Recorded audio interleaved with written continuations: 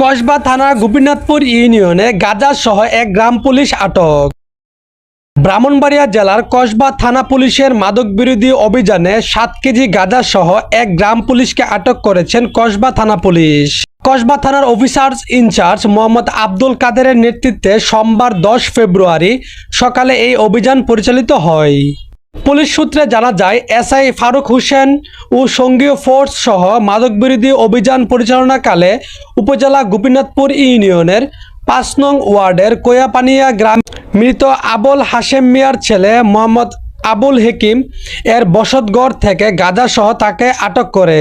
এ সময় পুলিশের উপস্থিতি টের পেয়ে তার মা আনোয়ারা বেগম পালিয়ে যায়। আটককৃত আসামি গ্রাম পুলিশ আবুল হেকিম জানায়, সে 2001 সাল থেকে গ্রাম পুলিশের চাকরিতে জয়েন করেন।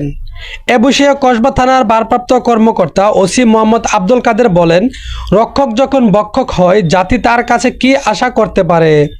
এ সময় তিনি আরো বলেন, পুলিশ আর কি যে সেও এখন মাদক ব্যবসার সাথে জড়িত হয়ে গেছে।